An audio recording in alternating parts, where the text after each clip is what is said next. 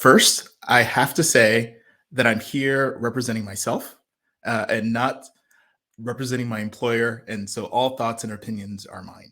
Just a disclaimer there, just to make sure, because we're going to talk about some stuff the next few minutes. If you could see in the very tiny print at the bottom that I am presenting this myself and years of trauma. And so a lot of scrapes, a lot of like scraped knees and hurt feelings and aggravation. And so I'm using this to kind of like, hopefully you don't have to go through what I've gone through, or at least if you have gone through some of the same things I have gone through, maybe some of this stuff will sound familiar, maybe make some, give you some clarity.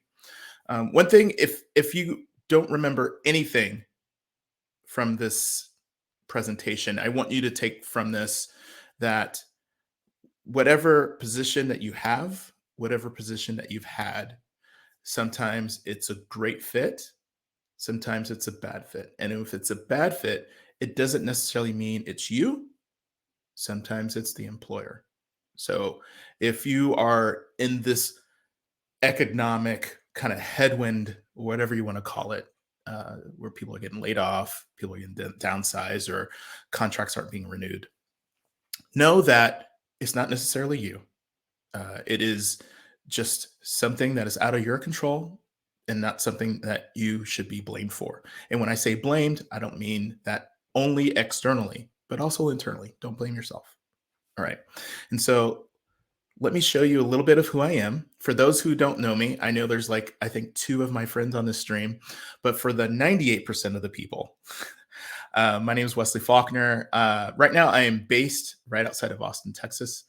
Um, this bio sounds familiar because it is what was just read. And so this is the fancy presentation of like how I present myself when I talk to different employers or possible employers. So the best foot forward. But this is also me. All right. So I have 25 years of experience working in tech. I've been doing it for a very long time for a lot of different companies with different titles and positions and roles. And um, I've of those in that 25 years, I've worked for 16 companies. So all of them tech or tech related, I would say, or at least that my job was tech related, if not the company. And I've had six positions or six roles where I changed positions, promotion, or I just had two hats, or I moved departments. And so even in some of these companies, I've had a lot of experience with shifting between different responsibilities and different parts of my resume. And of those six, eight of them I've quit. So that doesn't mean that the role itself was bad, but sometimes I was going through a transition. Sometimes I got a role that was more a better fit of what I wanted to do, or maybe even like I wanted to get more money. So I mean, this is capitalism, so we all do this for money. And so sometimes sometimes a better fit means like I can live in a better place. You know what I mean? Uh, but also, three of the roles I was pipped, then fired. So this is kind of like where the trauma comes as the co-presenter. And one role, I was even just fired. It wasn't even like no warning, just let go. Um, and then another role, this is back when I was in college. I did a co-op for a microprocessor company, and they did not renew like my co-op because the company got acquired and they only wanted full-time employees, and I wasn't a full-time employee. So that was like also kind of close to like a layoff where it was totally out of my control. And I've been laid off once. And those don't feel good. And it's something that we all go through. And once again, it's not necessarily a reflection of you. Sometimes it's a reflection of the economy. Sometimes it is a reflection of you. I mean, we're not all perfect. We all grow. We all are going to change. And so past performance does not predict uh, future value. So make sure that you're learning, you're growing, and you're developing. The reason why I put this here is because, and I think this is the same with all of the sessions, is that you should understand the context in which I'm presenting this. You should understand where I'm coming from, my lived experience. For instance, I'm a person of color in the United States, so it's very steeped in that and from that perspective. I also am a person of color in tech, which is, you know, not super easy, just in general. So some of these tips that I'm going to go into are going to be just kind of like based on my experience, based on my perspective. Which also is not listed here is that I'm neurodiverse. I have dyslexia and also have ADHD. And so I see the world slightly differently, possibly than you do. So, with that as the core, realize take everything I say with a grain of salt. And if something I present doesn't resonate with you, just go ahead and let it go. But if something resonates, please attach to it, ruminate on it, and do your own research to dive deeper in that section. So, here are the 4 quick points that I'm going to go through. There's going to be plenty of time for Q&A, but these are kind of the highlights. So if you want to kind of like read this and then decide not to read, like continue on, that's fine. But I'm going to go a little bit deeper. I'm going to have some fine points. Remember, all of these sessions are recorded, so pause if I get to a point where you think I'm going too fast, like the bio before. So know yourself is important, because if you are doing due diligence on employer, the reason why you're doing that is because you don't want to be in a bad situation, right? You don't want to find yourself in a place where you're not having fun, you're hating your manager, your coworkers make fun of you, and you don't get paid a living wage. Um, but in order to kind of make those assessments, you have to understand where you're coming from. A person who's making 50K a year might think that is a lot of money if their role is kind of like mowing lawns every weekend. That's a really good pay for that gig. But if you are a Fortune 500 executive, 50K a year may not be a good rate that you think is worth it. So know yourself, know where you're coming from, because everything that you are thinking and plotting is from your perspective and from your vantage point. So depending on where you are in your career, this might hit a little bit differently. And also, there is a difference between a career and a job. A job is just for money. A career is kind of something you want to identify yourself with, something that you have a high attachment with, that you feel compelled to make part of your personality. So, with that, when you know yourself, you'll be able to fill out these boxes and use them for the next sections to actually view each of these roles or takeaways from something you actually know. If you haven't given these a thought, I think you should. One is work culture. Work culture is kind of do they allow speaking of like political events? Do they allow public speaking? Do they allow for psychological safety? Do they stand for the environment? Do they stand for a pure, clean code works focus kind of culture? Know what kind of culture and work environment that works best for you. There's plenty of websites to do research and figure out which one matches, but know that first. So that way, when you're out there, you can see at least if they fit from that dimension. Next is team size. And the reason why I say team size and not company size is because there are big, large, even think FANG companies, but even in those companies, there are still small teams. And also for very small startups, like think Series A, Series B, those could be engineer heavy and they could be like 80, 90% engineers, which could be considered part of a large team, even if it's a small company. So team size, I think, is a better thing to think about rather than company size. Figure out if you like working with a lot of people, if you like coordinating with a lot of people, if you like having lots of different roles. Meaning if you're in a small company or small team size, you could probably do multiple things. But if you're in a large team size, everyone probably has their lane that they have to stay in. So think about that as well. Project type. Do you like to work on something that's established? Like if you're a COBOL developer or if you're a C programmer, things that are kind of like set in stone, probably won't see a lot of changes, at least in the language itself, and that you kind of want to stay in and just be, you know, more on the edges of development. So the tools changes, the repositories changes, but the language itself kind of stays. Or do you want to work on a project where it's like cutting edge, like Go, Rust? Those are new languages that are kind of emerging. So you want to keep that in mind of like what kind of projects do you want to work on? What kind of tool sets? Do you want to do something public facing, back end work? Figure out kind of like what kind of work drives you, what is going to fill your soul. Next is role seniority. So when you get to your next role, you may not want to be an individual contributor or IC. Maybe you want to be in management. Maybe you want to be someone who has no label, someone who kind of slides between different roles, but you just fill in the gaps. Figure out where you feel most comfortable taking direction or giving direction, delegating or taking control of something. Figure out in the whole grand scheme of things where you are kind of like your superpowers or power. Where's the thing? Where's your core? And so once you know these four things, when you decide to look at a next employer, at least you'll have these boxes that you can at least first eliminate some roles that don't meet this criteria. And the reason for that is because if you are doing due diligence, once again, it's your perspective and your needs and wants are valid and they're valid for you. So don't let anyone tell you that it's not a big deal for some of these or even those that are not on your list. Make sure you just know them, write them down, and keep track of this.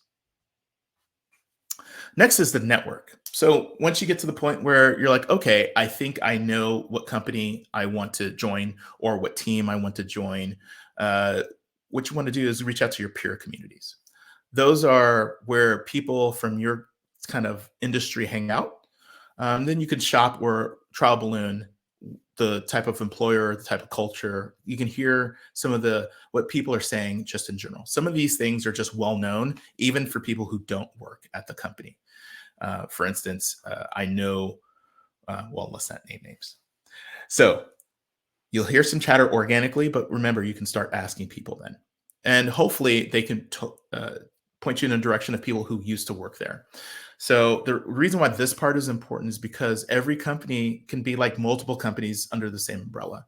One department might work totally different than another department. Sales might work differently than marketing.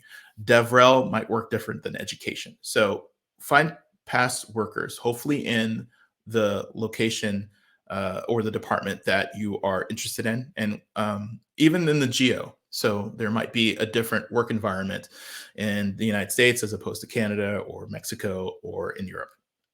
So find people you can to that do kind of the role that you're that you're interested in, that used to do it. Talk to them. Usually, people who are no longer employed at a company are okay with sharing a little tea about what things are actually like there. So those are going to be pretty good.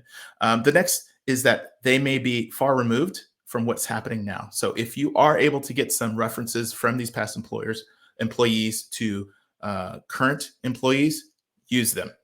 Talk to people who are current at the companies. Check some of the things that you've heard from either your external public network peer communities or your past coworkers that you talk to, and just see if they're still the case or if there's more color or more details on those specific incidents that they may have.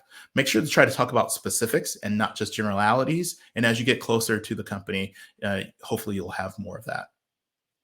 And if you're not able to really find people, either past or current current workers there, find them on LinkedIn, find them on Twitter or any other social network they might be, and see where they are talking about their job. Horrible day at work, another day in the grinder. I love my job. I love what we're doing. Look for those types of posts too, and those can give you another signal if that is a good place. Research. Now, when you're researching the company and the role, there's several different ways to do that. Like, of course, we've heard of Glassdoor. I'm sure you've heard of Blind App, which is kind of like an anonymous place where people can post reviews of companies. So check those out, but also look at levels FYI, which we can see what they pay for different levels.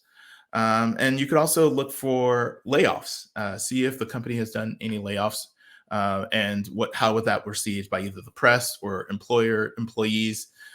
So do your research on the company itself and what people are saying in general. This is different from the previous slide where it's more specific, but this is the overall tone, and you're going to be adding the context of your previous conversations with the people when you read these reviews to see they're either reinforcing the things you've heard or totally opposite. So if there's any differences, then you want to maybe scrutinize a little bit more. You also might want to look at their LinkedIn and Twitter profiles for the exact company to see generally what they're putting out there. Are there pictures of happy employees? Are there pictures of projects that they've done? Are there investments in nonprofits that you yourself align with? Those parts are very amazing to kind of see if they're at least presenting what it reflects of what your own core values are. And next is the job description.